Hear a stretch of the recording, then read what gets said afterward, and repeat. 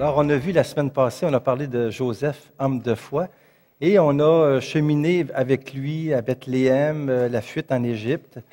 Et on a vu aussi comment Joseph, il est père nourricier de Jésus, comment il s'occupe de Jésus, comment il est important pour que Jésus grandisse en grâce et en sainteté. Alors, il est très important dans le mystère du salut parce que c'est lui qui est un peu le gardien de la Sainte Famille, c'est le protecteur. Et avec Marie, eh bien, il a eu un rôle très important à jouer, justement pour que Jésus arrive à sa maturité humaine, à sa taille d'homme. Alors, on a vu aussi que le foyer de Nazareth, c'était un peu comme une petite église domestique. C'était un petit peu comme le temple, dans le fond, où, dans le foyer de la Sainte Famille, eh bien, on priait. On priait ensemble et puis on louait le Seigneur à travers des prières de bénédiction. On avait terminé là-dessus, d'ailleurs, les grandes prières juives qui commencent tout le temps par « Béni sois-tu, Seigneur, du ciel et de la terre ». Et Jésus va reprendre quelques-unes de ces prières comme ça. Alors, toutes les fêtes aussi se vivaient en famille. Si je pense à la fête du sabbat, eh bien, c'était aussi, c'est une fête très familiale, une liturgie familiale où chacun avait son rôle à jouer. Et Jésus devait regarder avec attention ce qui se vivait durant le sabbat, les rôles que chacun jouait. Par exemple, il revenait à la mère d'allumer le candélabre. C'était vraiment une liturgie particulière quand on allumait justement le chandelier comme ça, et c'était la mère qui faisait ça. Et ça signifiait aussi un petit peu l'attente du Messie. Mais le Messie, il était là, Jésus. Alors tout ça pour dire que la prière de Marie et de Joseph se nourrissait à la vie quotidienne. La prière, ce n'est pas seulement un rite, c'est une expérience. La prière, c'est le quotidien. On parle à Dieu comme à un ami. Donc on peut prier partout. Et je pense que Joseph et Marie, justement, parlaient à Dieu comme à un ami. Et Jésus, qui avait cette relation unique avec le Père, eh bien, il y avait vraiment des parents pour approfondir aussi cette relation-là. Alors, on peut dire, c'est ça que Joseph a fait de sa maison une petite église. Et il va vraiment mettre toutes ses forces pour qu'il ne manque de rien au foyer, à son foyer. Et on peut être sûr que le Seigneur a choisi Joseph, puis il lui a donné tout ce qu'il fallait, les qualités aussi pour bien mener cette mission. La paternité, mais on sait que toute paternité vient de Dieu, hein, tire son nom du Père. Et dans un voyage en Afrique que Benoît XVI faisait, justement, il a fait mention de la paternité de Joseph. Alors, il écrit, « Il a été donné à l'homme créé à l'image de Dieu de participer à l'unique paternité de Dieu. Saint Joseph illustre cela d'une façon saisissante. Lui qui est père sans avoir exercé une paternité charnelle. Il n'est pas le père biologique de Jésus, dont Dieu seul est le Père. Et pourtant, il va exercer une paternité pleine et entière. Être père, c'est avant tout être serviteur de la vie et de la croissance. Une belle définition, c'est de la paternité. On peut dire aussi de la maternité. Être père, c'est être serviteur de la vie et de la croissance. Et c'est pour ça que chaque enfant a le droit d'avoir un père et une mère aussi. Et même si on n'est pas parfait, eh bien, on peut toujours se reprendre. Il est toujours possible de renouer la relation avec l'enfant, un jour ou l'autre. Et ça, on peut le demander au Seigneur. Il y a des pardons qu'on a à donner. Puis des fois, l'occasion ne se présente pas. Saint Joseph peut nous aider à renouer les liens familiaux quand ils sont brisés. C'est pas facile aujourd'hui. Vous savez, la vie est stressante, et puis des fois, on est fatigué, puis on travaille à l'extérieur, et on vit différents problèmes.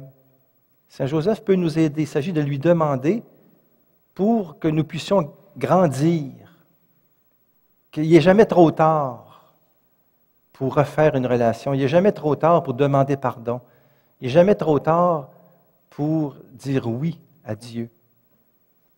Abba. C'est comme ça qu'on doit l'appeler. D'ailleurs, Jésus, la seule prière qu'il nous a vraiment laissée, c'est Abba, qui est aux cieux, notre Père qui es aux cieux. Que ton nom soit sanctifié, que ton règne vienne, que ta volonté soit faite sur la terre comme au ciel. Alors, cette belle prière du Notre Père, eh bien, il y a le mot Père, Abba. Et ça, c'est très caractéristique de Jésus. Bien, ça arrivait dans certaines prières juives, on pouvait dire, on pouvait appeler Dieu Abba, mais pas comme Jésus faisait. Jésus, à tout bout de champ, il parle de son Père. Tout le temps, il y a une relation unique à Dieu qu'il appelle Père, Abba. Mais cet Abba-là, ce nom qu'il dit au Père, il l'a dit à Joseph. Ça, c'est important de prendre conscience de ça. Que ce mot courant dans la langue, eh bien, Jésus, il l'a dit à Joseph, et ça va faire scandale aussi. Et même, vous voyez, Saint Jean, le chapitre 5, verset 18, on dit, « Les Juifs cherchaient à le faire mourir, car non seulement il violait le repas du sabbat, mais encore, il disait que Dieu était son propre Père. Et il se faisait l'égal de Dieu. » Alors, vous voyez, Jésus va être aussi un peu arrêté ou bien incompris parce qu'il appelle Dieu Père. Alors, c'est une grande intimité. C'est une grande intimité qu'il nous révèle ici. Alors, au cours des semaines, vous voyez, on a vu Joseph, époux de Marie, Joseph, l'homme juste, Joseph, le serviteur du Seigneur, Joseph, le père nourricier de Jésus. Maintenant, on va voir Joseph sous l'angle de son travail, le charpentier de Nazareth. C'est comme ça qu'on le décrit aussi. Lorsque Jésus enseigne avec autorité dans les synagogues, on s'étonne de ce langage-là. Et dans Luc, chapitre 4, verset 22, on dit « N'est-ce pas là le fils de Joseph? » Joseph, c'était quand même pas un rabbin, il n'a pas fait d'études. Comment ça se fait que son fils parle avec une telle autorité? N'est-ce pas là le fils de Joseph? On ne dit pas le fils de Marie ici. Hein? On dit, n'est-ce pas là le fils de Joseph? Parce que Joseph, on le connaît. C'est l'artisan du village, c'est l'époux de Marie, c'est le charpentier. Et Matthieu va être encore beaucoup plus explicite. Matthieu, il va préciser le métier de Joseph. Il va dire, Matthieu, dans le chapitre 13, verset 54, « D'où lui viennent cette sagesse et ces miracles en parlant de Jésus? N'est-il pas le fils du charpentier? » Alors, tu sais, c'est comme on va dire, peut-être moins aujourd'hui, mais en tout cas, on va dire le fils d'un tel, ou bien le fils du cordonnier, ou, tu sais, quand c'était des métiers très établis, puis dans le village. Ici, Joseph, il est vraiment défini par son métier. N'est-ce pas là le fils de Joseph? Mais Matthieu va être encore plus explicite. N'est-ce pas là le fils du charpentier? Alors, ça veut dire que son travail était important dans sa vie. Et même quand Jésus, par exemple, va répondre aux Juifs, il va dire « Mon Père travaille toujours, et moi aussi je travaille », en parlant de son Père du ciel. Mais il a quand même vu aussi son père Joseph travailler. Le père de Jésus était un bâtisseur. Il travaillait de ses mains.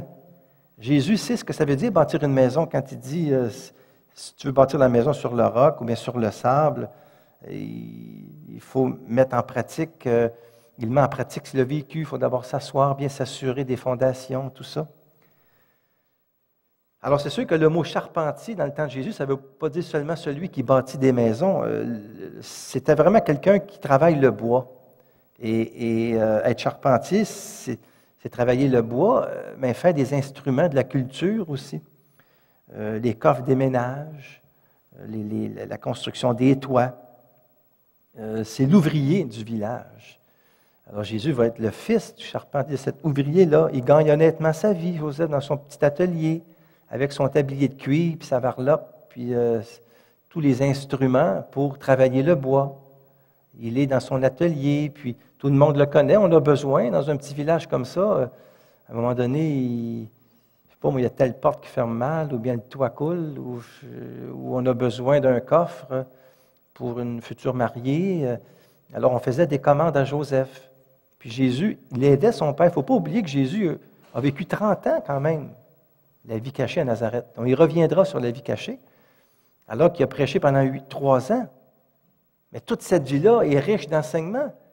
C'est avec Joseph et Marie qu'il a vécu une maturation pour bien prêcher la parole. Il l'a d'abord vécu, partagé avec Joseph et Marie.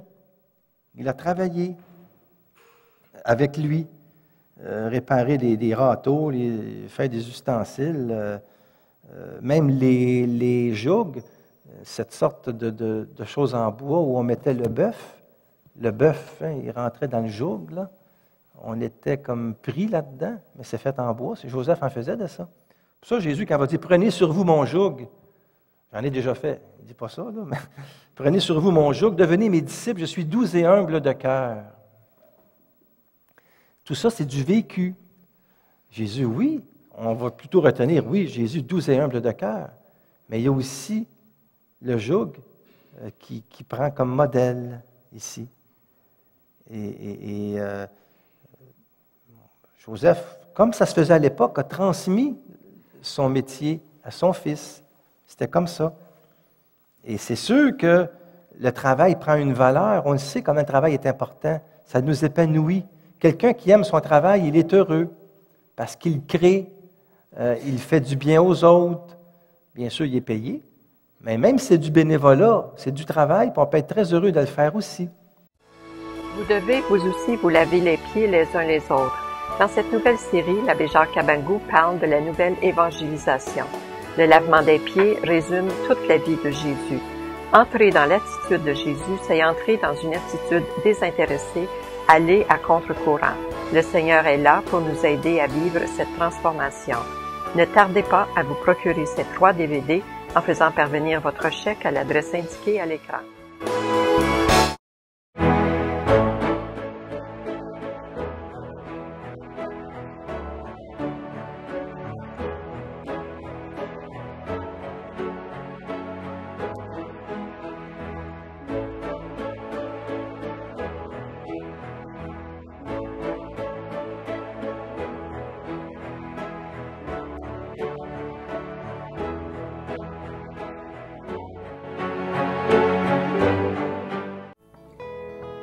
L'empreinte de l'Esprit Saint dans la vie du chrétien. Dans cette nouvelle série, l'abbé François Kibwenge explique que le baptême a laissé en nous l'empreinte de l'Esprit Saint. Aujourd'hui, quel type de chrétien, de chrétienne suis-je? Que veut dire ivresse de l'Esprit Saint? Ne pas contrister l'Esprit Saint. Ne tardez pas à vous procurer les DVD L'empreinte de l'Esprit Saint dans la vie du chrétien en faisant parvenir votre chèque à l'adresse indiquée à l'écran.